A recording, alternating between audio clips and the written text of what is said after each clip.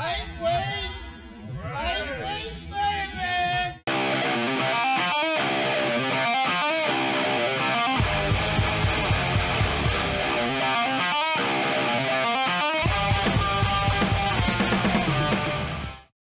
Hey, how's it going? This is Danny from Made of Metal, aka Britain's Strongest Drummer, and I'm going to do a quick review of what happened this past weekend at the official Strongman Games European Championships. The first time the competition was run since 2019. Over 130 some athletes across, 11 weight classes, competed in 6 events over 3 days. It was all live streamed. The live stream was beautiful. It was epic. Everyone performed really well. I had a blast watching it, and I'm going to do my best to recap some of the highlights in this video right here. So as I stand here and record this, it is about 10 to 5 on Monday afternoon. I am hoping to get this video up by Monday evening. Reason for that is I am going to a heavy metal festival in about 2 days. I haven't packed, I haven't done my shopping. So don't expect the usual amazing production values in this video. It might just be me talking at a camera rather than stealing lots of footage from everybody's Instagram. So apologies in advance for that. As I mentioned in my European Championship preview video, this channel is dedicated to the lightweight. So those are the classes that I'm going to be talking about the most. However, congratulations to everyone across all the weight classes that made the podium. You were all amazing. Now, I did make notes pretty extensively event by event, but those notes I concentrated on mostly the under 80s and the under 90s, and that was for a fairly decent reason. We look at the under 64s, and that competition was dominated, as we probably assumed it would be, by 2 people, Rhiannon Lovelace and Kate Connolly. It was as close to a 2-horse race as you could call it, but Rhiannon just absolutely smashed it, winning every single event, I believe. Kate Connolly, I think, coming second in every event.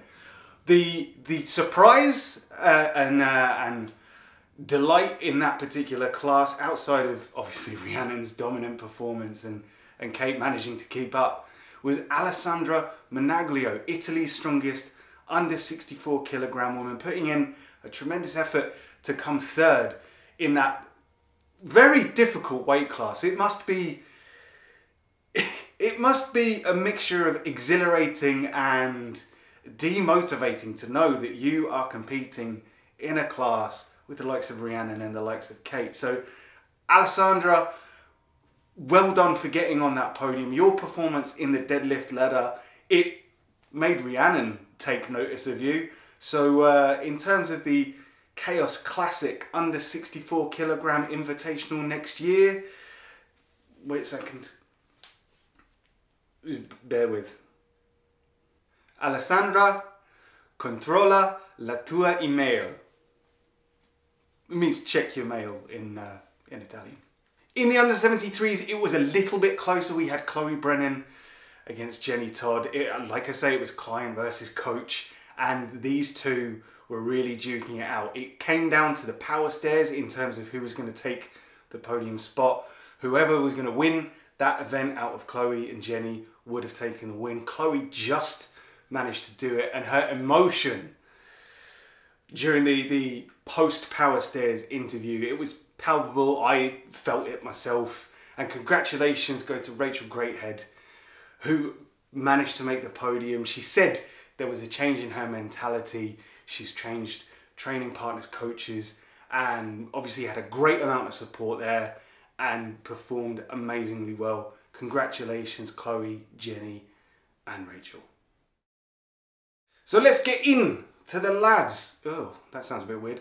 Let's have a look at the under 80 kilogram and the under 90 kilogram class. Like I say, I made pretty extensive notes, so we can go through event by event, each weight class, and just pick out some of the guys that did well, maybe some of the guys who didn't perform quite as well as they might have hoped. So let's start off with the log press for reps in the under 80 kilogram class. Now, apparently, according to one of the athletes at least, the log that they were using was supposed to be 110 kilograms, might actually have been 115. So that could potentially explain why it threw some people off their game a little bit. So if we take a look at some of the athletes individually, Rich Molnar only managed 1 rep on the log. He collapsed on his 2nd rep, and by God, I shouted at the TV. I was concerned that his knee may have gone again, but he got up, managed to get through the rest of the competition. It assured me that there was nothing wrong with his knee. He just likes taking the odd tumble during a competition, and you know, if that's what works for you, then you crack on. Chris Harper, I know he was disappointed with his performance in this event. He currently holds the under 80 kilogram log press world record. He got 4 reps. Kyle Scott kicked off his European Championship campaign by being both irritating and talented. I'm going to be saying that quite a lot about him in this video. He got 3 reps. Finley Mercer, he didn't get any reps, but by God, he is a trier. He kept going at that log. It was great to see. But the overall win, in perhaps little surprise to most people who know the weight class, Dan Ashcroft. He smashed it, 6 reps on that log. I'm pretty sure most of them were strict.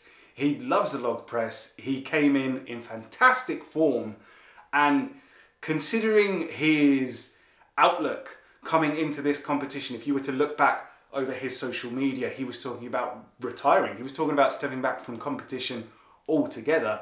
There couldn't really have been a better start to this competition for Flash Dan Ashcroft. In the under 90 kilogram class, we had Josh Lancaster, another great trier in the sport. He got a single rep, dropped a 2nd rep behind his head, and if you were watching the live stream, the commentary, Colin Bryce thought he dislocated his elbow. I don't think I've ever really seen anyone dislocate their elbow on a log press, but I know Josh. Josh just bends in funny ways.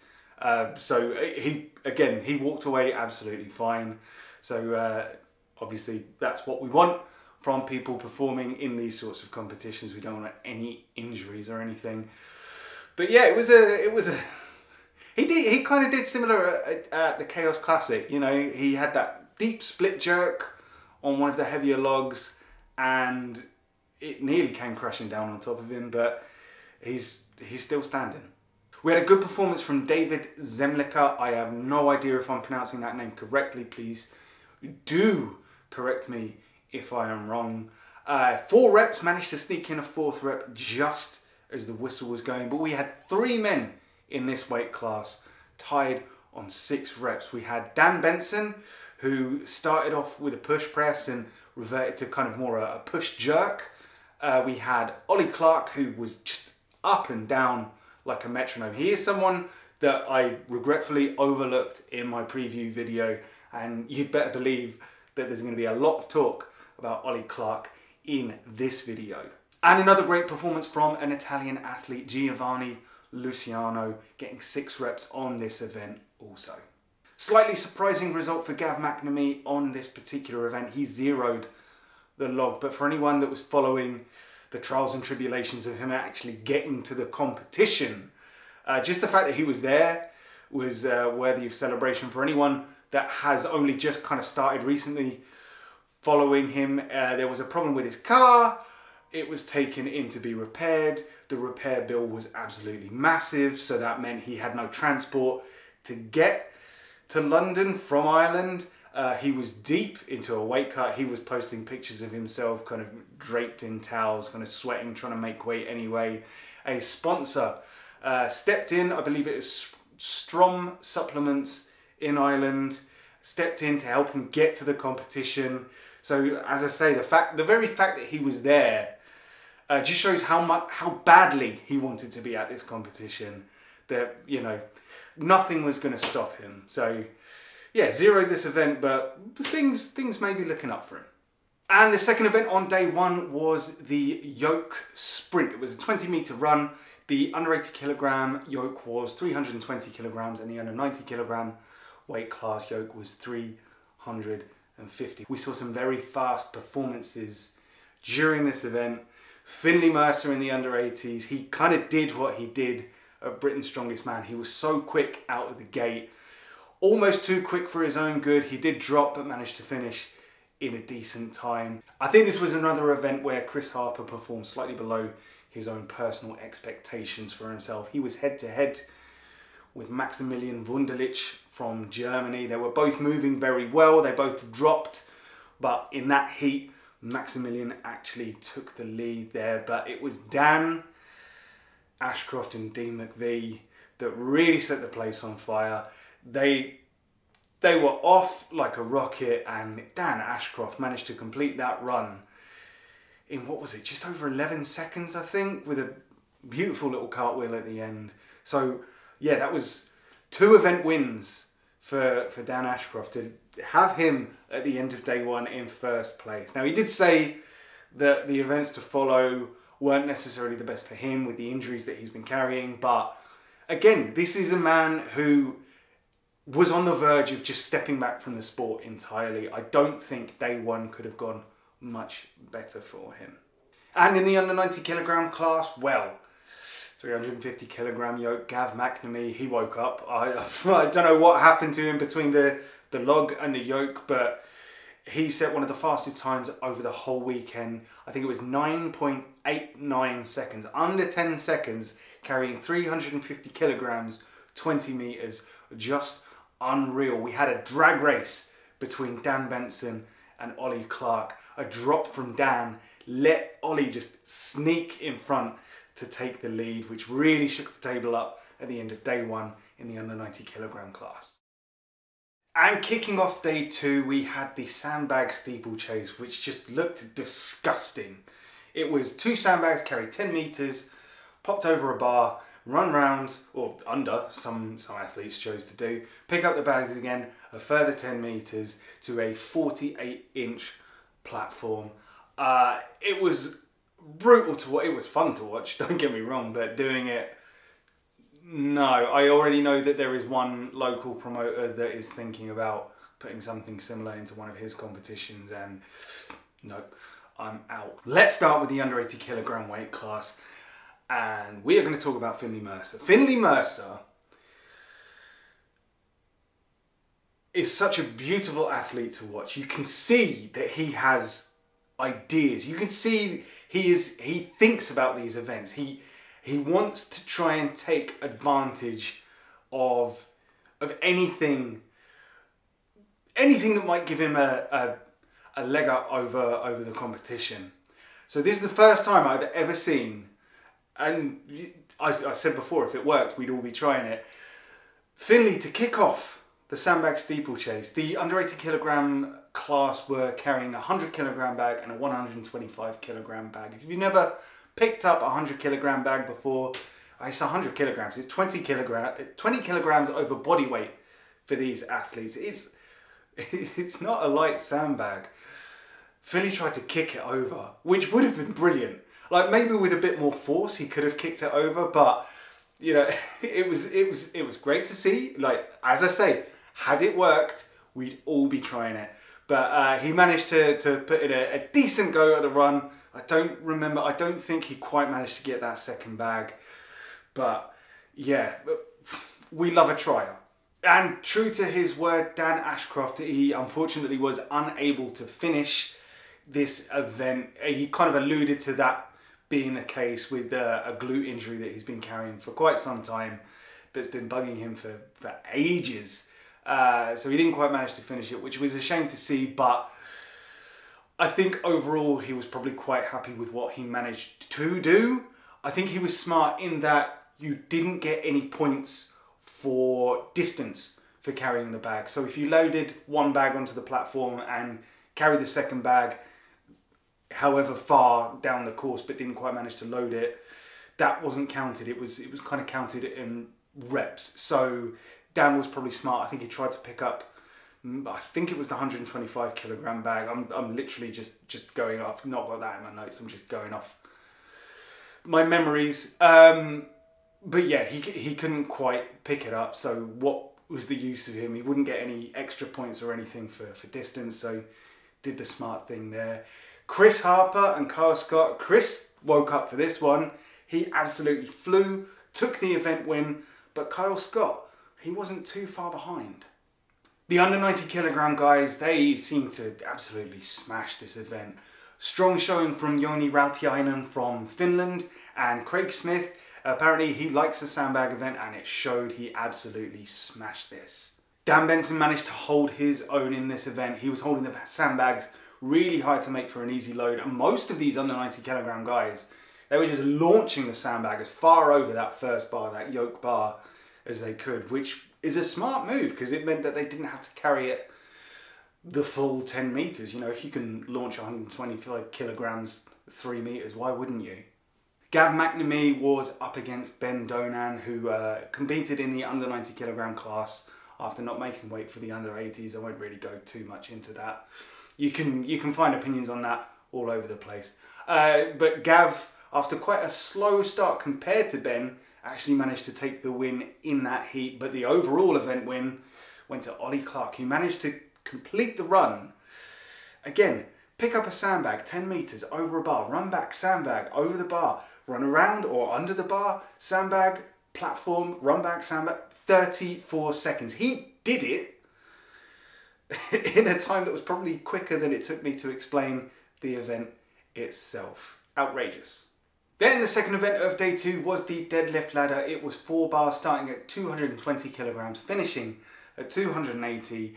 And going in, myself and a few of my fellow under 80 kilogram strongman athletes, and don't mind saying this now, we thought that the likes of Kyle Scott might struggle a little bit here, but by God, he got through all of the bars. He really managed to grind out that last bar. It was incredible to see. Well done, Kyle, you irritatingly talented young man. This was a good event for Remco Sanders, who managed to get through all of the bars in a very quick time. And Finley Mercer, again, such a strong deadlifter. But if you look at that event back, the first and the last bars, the 220 kilograms and the 280, he almost double reps them. Like the first one is slightly misgrooved on each bar. And so he sort of ends up doing 1.5 reps on each. If he managed to just set himself, calm himself, he has the strength to pull the bars, absolutely no problem. But I just rushed, which is what we've said for the past couple of competitions about Finley Mercer. Hopefully he doesn't think we're getting on at him. We want him. And I say we, like a fellow under 80 kilogram strongmen, we want him to focus. We want him to keep that energy, but just focus it and become something truly, truly dangerous. Now, someone that we would have all pegged to potentially take the win in this, Rich Molnar, he had real trouble with the final bar, which is surprising because Rich, on a bad day, can pull over 320 kilograms, 4 reps. So to see him struggle with the 280 kilogram bar, I think I saw him say later on that his grip strength just absolutely disappeared by the time he got to that bar. So he had to waste time putting on the figure eights, and like, he got the rep, which we knew he would. Just obviously disappointing for him because this is an event that he probably was very confident that he would do very well at, if not take the win. But the event win went to Scotland's own Dean McVie. He had a game plan, executed it to perfection, taking that win. And in the under 90 kilogram class, there was one heat. There was one heat to rule them all, but we'll say that. Sibby Janssen managed to get a PB, which is awesome to see. He's a great strongman to watch. Gav McNamee was very quick, but not yoke quick. And Josh Lancaster doing what Josh Lancaster does. He doesn't give up. He is determined. You'll see, he gets to that final bar. He is absolutely spent. He has no time left.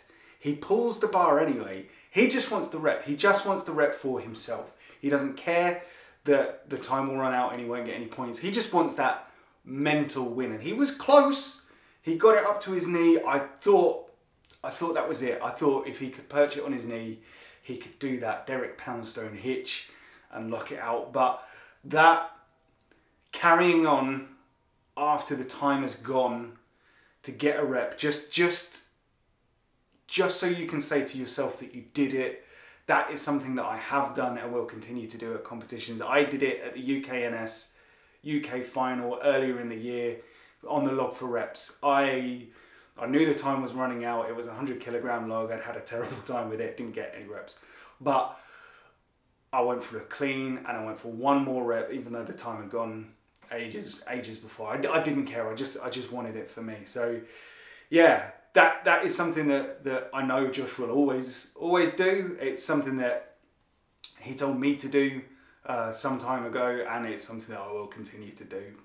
Love it. But yes, the heat, the race on this under 90 kilogram deadlift ladder. Dan Benson versus Ben Donan, two of the best deadlifters in that weight class in the world. They were neck and neck the entire run. The 4 bars, they were locking out at the same time. Dan was just dropping fractions of a second before Ben, and that's what it came down to. Dan Benson took the win on this event by 0.04 seconds. Crazy. And so we go into the final day, the shield carry for max distance. Apparently there was a time limit when the events were first announced, but that was removed. I, knowing the likes of Andrew Keys and how much he likes these sorts of events with no time limit, I wondered whether it was wise to remove the time limit. As it turns out, it was about 50 meters was the point where most of the athletes in the under 90s and the under 80s, 50 meters was the point where it seemed like everybody hit the wall and just started to grind out those meters. Now, earlier in the competition, we had the women doing this event, and the shield that they were using, it looked pretty rough, and I kind of wondered how the lads would get on with it. But then they brought out the shield that the men were using, and this thing, it was a chunky shield. It must have been about 6 inches wide. It was huge. So just seeing some of the under 80 kilogram athletes just try and get a hold of it was interesting to see the different sorts of techniques. But this was a good event for the likes of Sonny Nash. He had a really strong run. Finley Mercer, he was walking a little bit drunk after his run, but in the under 80 kilogram class, this event belonged to one man, Kyle Scott. He took an event win at the European Championships. He made it 50 meters with the shield and just managed to grind out another 10 meters. He resorted to sort of sideways crab walking. I think he got something like 61.25 meters. So I think he managed to make the turn. I was screaming at the TV, just make the turn, make the turn. He did it. I hate the guy, but hats off. Well done, Kyle. In the under 90 kilogram class, we had this was where the battles for the podium were starting to be fought. We had Josh Lancaster up against David Kent. Josh, tactically, possibly, delaying the pickup of the shield. So David was a little way in front. So I think Josh had a marker to chase and just managed to outrun David Kent in their heat. Seba Janssen took the win in this event. He absolutely blitzed it. He got 65 point something meters. He was interviewed after and was barely out of breath. So he loved the event, could have kept on going. But in the battle for the podium, in the battle for the top spot, Dan Benson managed to just grind out a meter or so more than Ollie Clark, who went into that final event 2 points ahead. So Ollie Clark was on 61 points and Dan Benson, I believe, was on 59, making the final event. And that was what was good about the final event being power stairs. It was, I think, I saw someone say it on Instagram and I agree. I think it was much more dramatic a conclusion to the competition because there were so many first or second places that were completely dependent on the power stairs. So yeah, finishing off the competition with the power stairs in the under 80 kilogram class. It was a brilliant finish to the competition. It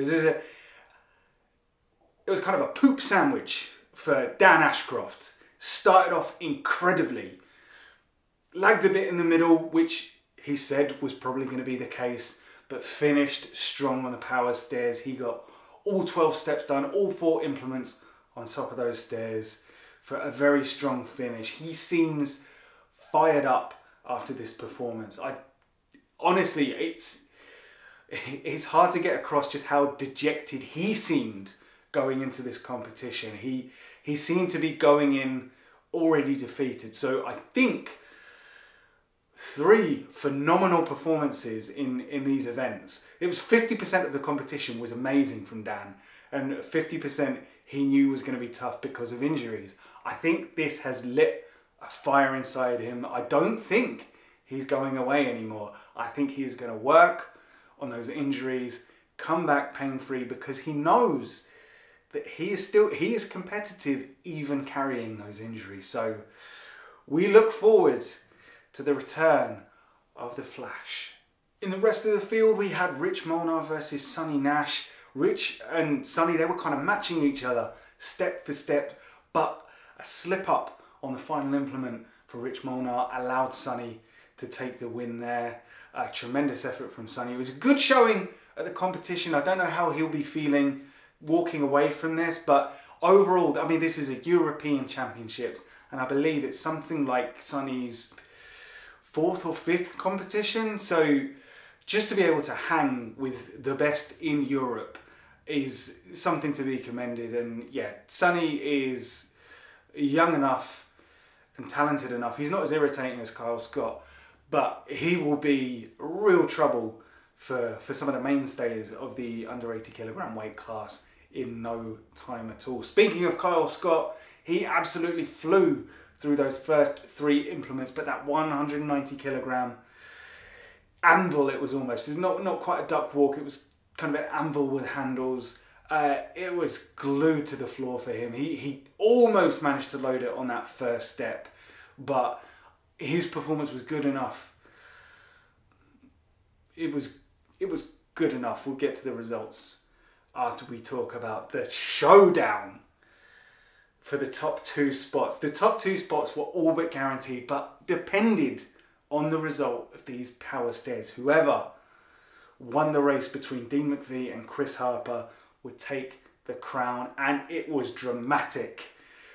Chris was going really well. He slipped on, I think, one of the 2nd step, which allowed Dean to sneak in front, but Dean didn't have it too easy. He got the final implement up to the final step, and you'll see it on the video. He was stood there for about 3 to 5 seconds, not managing to load the implement onto the step, and just managed to get it over the lip, slide it on to take the win. Dean McVie is the European champion.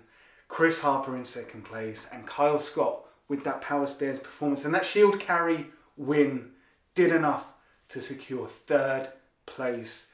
What a competition. Well done, guys. And there was equal drama in the under 90 kilogram weight class. Craig Smith performed exceptionally well. He was the first one to load all of the implements onto that top step. Despite taking a tumble, I think he fell down after the first implement. I think he tripped and basically fell off the stairs. So, you know, to still carry on and finish, awesome stuff. The last step caused a little bit of trouble for Ben Donan. He took 3 goes, I think, to get the final implement on the final step. No such troubles for Gav McNamee. He, after not having the best run at the Chaos Classic a couple of weeks ago, I think one of the implements actually fell off the final step. No mistakes this time. He absolutely smashed it and managed to take that 3rd place. But again, this was a class where it came down to the wire. Like I said, going into this event, Dan Benson was in 2nd place on 59 points. Ollie Clark, 61 points. So Dan not only needed to have a very good run and come close to the top on this event, he needed Ollie Clark to not have the best run, and fortunately for Dan, unfortunately for Ollie, that's exactly what happened. Dan was deliberate, solid, finished in a very, very, very good time, but Ollie Clark, as soon as he picked up that final implement, 200 kilograms, you could see he was struggling, he was tired, and he didn't manage to get the implement onto the final step. I looked down for a second and looked up, and he'd collapsed. He was getting helped off the stairs afterwards. I don't know whether he's injured himself or whether it was just a case of, you know, he lost air and kind of passed out momentarily. But that meant that Dan and Ollie were tied for first place, I think with 72 points apiece. So the overall winner was determined via countback, and your European champion 2023 in the under 90 kilogram class is Dan Benson. I can't imagine how heartbreaking it must be for Ollie Clark, but again, I think he's fairly new to competition, and he was so good throughout that, you know, it was just that one step. If he'd got it, he probably would have taken the overall win. So hopefully he's not injured, and hopefully he's not too disheartened. I'm sure he'll be back. I'm sure he'll be hungry. This was not the same walk in the park that the Chaos Classic was for Dan Benson. There was no 15-point lead this time. This was close. It was amazing to watch. Congratulations to, like I say, every single athlete that competed across all the weight classes, put on a tremendous show. It was a great weekend of competition, and I'm already looking forward to the 2024 show. So there we have it. No bells, no whistles, just me talking about what happened at the OSG European Championships 2023. What were your highlights? Obviously, I concentrated on the lightweights. What were the highlights from the other classes that you saw? Who were the standout athletes that we need to keep an eye on for OSG World Championships later in the year, and again the European Championships in 2024. I have been Danny from Made of Metal, aka Britain's strongest drummer, also the voice of the lightweights. I'll be back sometime after I come back from this festival, where I'm going to be watching all the heavy music and saying I'm not going to get in any mosh pits, but you know I'm going to get in the mosh pits. But yes, I'll be back very soon. If you enjoyed the video, please like, share, subscribe. You can check out my podcast, which I've renamed. It's no longer Desert Island Riffs, it's Strongman Riffs. And I'm trying to stick to releasing them every 2 weeks. We actually have 2 episodes from 2 of the European Championship competitors. There's an episode with Rich Molnar and an episode with the champion, Dean McVie. So check those out on Spotify. There's links via my social media biography on Instagram, and I will be back soon with some video. I don't know what competitions are happening next. I'm going to go watch some music for a bit, but I will see you very soon.